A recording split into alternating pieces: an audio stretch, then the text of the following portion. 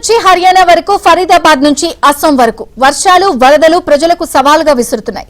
ఒకవైపు ఎడతెరిపి లేని వర్షాలు, మరోవైపు ఉప్పొంగుతున్న నదులతో జనజీవనం అతలాకుతలమవుతోంది.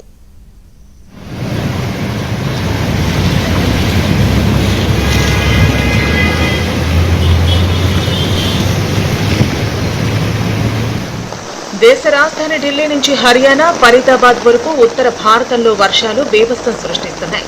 ఎడతెరిపి లేకుండా కురుస్తున్న వానలకు జనజీవనం అస్తవ్యస్తంగా మారింది. ఢిల్లీలో యమునా నది ప్రమాదకరంగా ప్రవహిస్తూ ఉండగా, మరోవైపు భారీ వర్షాలకు రోడ్లు జలమయమయ్యాయి. ఫరీదాబాద్ లో కొండపోత వర్షంతో లోతట్టు ప్రాంతాలు నీట మునిగాయి. హర్యానాలోనూ భారీ వర్షాలతో రహదారులు చెరువులను తలపిస్తున్నాయి. ఇక అసోంలోని దర్బాంగ్ లో వరద పరిస్థితిని పరిశీలించేందుకు ముఖ్యమంత్రి స్వయంగా రంగంలోకి దిగారు.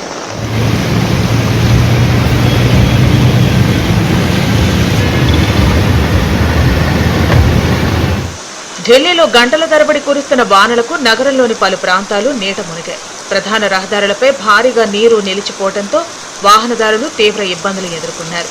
వర్షానికి తోడు యమునా నది ఉధృతి ఆందోళన కలిగిస్తోంది. నదిలో నీటి ప్రవాహం ప్రమాదకర స్థాయికి చేరటంతో యమునా పరివాహక ప్రాంతాల్లో ఉన్న ప్రజల్లో భయాందోళనలు నెలకొన్నాయి. వరద ముప్పు పొంచి ఉండటంతో అధికారులు అప్రమత్తమయ్యారు. ఇక భారీ వర్షాల ప్రభావం ఢిల్లీలో ఆస్తి నష్టానికి కారణమైంది.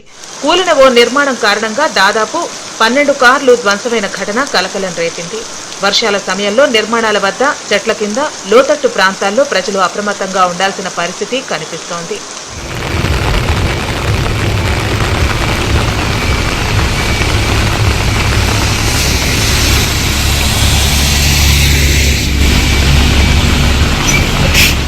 ఢిల్లీకి సమీపంలోని ఫరీదాబాద్ లోనూ వర్షం తన ప్రతాపం చూపించింది.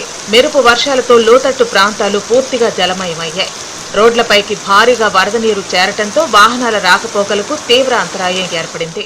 పలు ప్రాంతాల్లోకి వరద నీరు చేరటంతో ప్రజలు తీవ్ర ఇబ్బందులు పడుతున్నారు. హర్యానాలో వర్షాల బీభత్సం కొనసాగుతూ ఉండగా, ఈశాన్య రాష్ట్రం అసోంలోనూ వరద పరిస్థితి తీవ్రంగా ఉంది. దర్బాంగ్ లో వరద ప్రభావిత ప్రాంతాల్లో అసోం ముఖ్యమంత్రి పర్యటించారు. వరద పరిస్థితిని స్వయంగా పరిశీలించిన ఆయన బాధితులను పరామర్శించారు. వరద నీటితో ఇబ్బందులు పడుతున్న ప్రజలకు అందుతున్న సహాయక చర్యలపై అధికారులను అడిగి తెలుసుకున్నారు.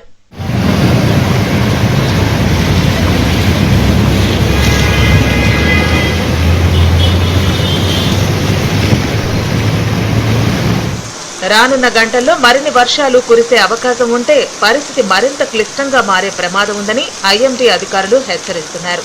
అధికారులు అప్రమత్తంగా ఉండటంతో పాటు ప్రజలు కూడా అత్యవసరమైతే తప్ప బయటకు రాకుండా జాగ్రత్తలు తీసుకోవాల్సిన అవసరం ఉంది. ఇక కేరళలో వరద ప్రభావిత ప్రాంతాల్లో మంత్రులు పర్యటించారు. కొండచర్యలు విరిగిపడే ప్రాంతాల్లో ప్రజలు అప్రమత్తంగా ఉండాలని సూచిస్తున్నారు.